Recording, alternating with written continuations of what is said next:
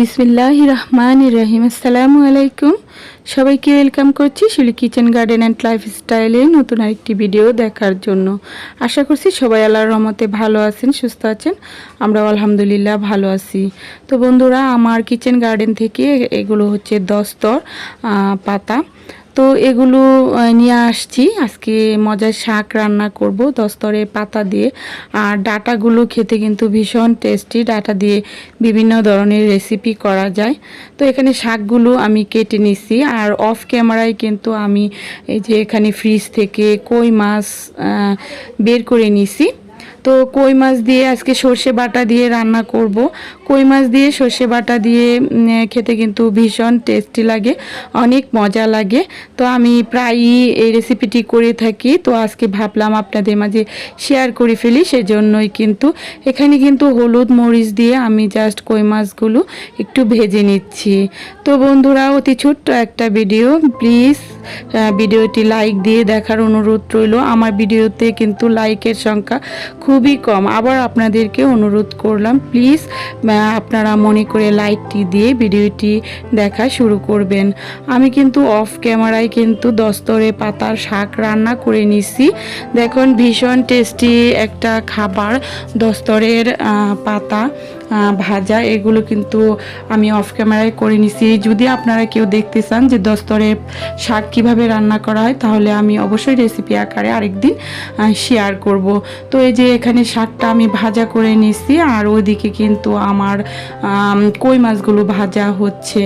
আসলে কিন্তু পৃথিবীটা গোলাকার, একদিন না একদিন কোথাও না কোথাও কারোর সাথে কিন্তু দেখা হয়ে যায়, কথা হয়ে যায়। আসলেও কি বলবো, আমরা কিন্তু ইউটিউব প্ল্যাটফর্মে সবাই একে অপরের বন্ধু, না দেখেই বন্ধু আর কি, খুবই আত্মার আত্মীয়।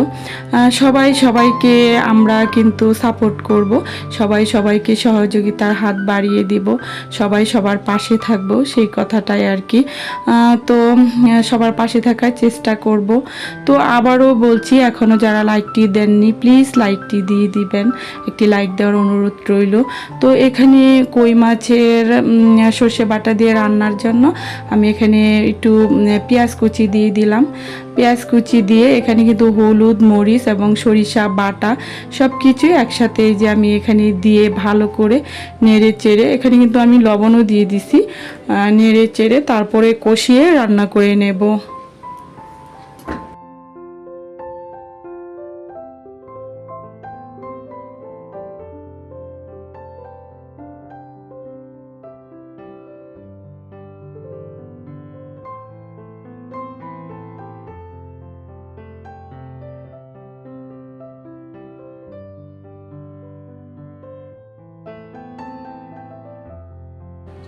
তো এখানে কিন্তু আমি মশলাটা ভালো করে কষিয়ে নিয়েছি। এখন কিন্তু দেখেন একদম মশলাটা কেমন জানি কষে গেছে। আমি এর মধ্যেই কিন্তু মাছগুলো দিয়ে দিব, একে একে সবগুলো মাছ দিয়ে দিব। আসলে আমরা সবাই কিন্তু রান্না করতে জানি, এক একজনের রান্না এক এক ধরনের। তবে এই রেসিপিটি ভীষণ ভালো লাগে, আপনারা একবার হলেও ট্রাই করতে পারেন। কই মাছ সর্ষে বাটা দিয়ে ভীষণ মজাদার একটি খাবার। আর এখন কিন্তু কই মাছ অ্যাভেলেবেল পাওয়া যায়, ছোট বড় সব ধরনের কই মাছ দিয়েই কিন্তু এই রেসিপিটি করা যায়। কই মাছ ভাপা, কই মাছ সর্ষে বাটা খেতে কিন্তু ভীষণ ভালো লাগে।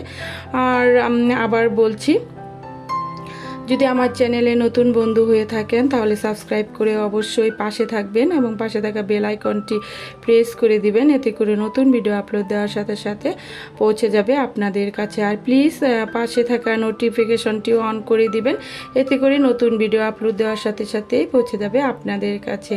তো ফাইনালি হয়ে গেল, দেখেন অনেক দারুণ মজা, অনেক টেস্টি হয়েছিল খাবারটা।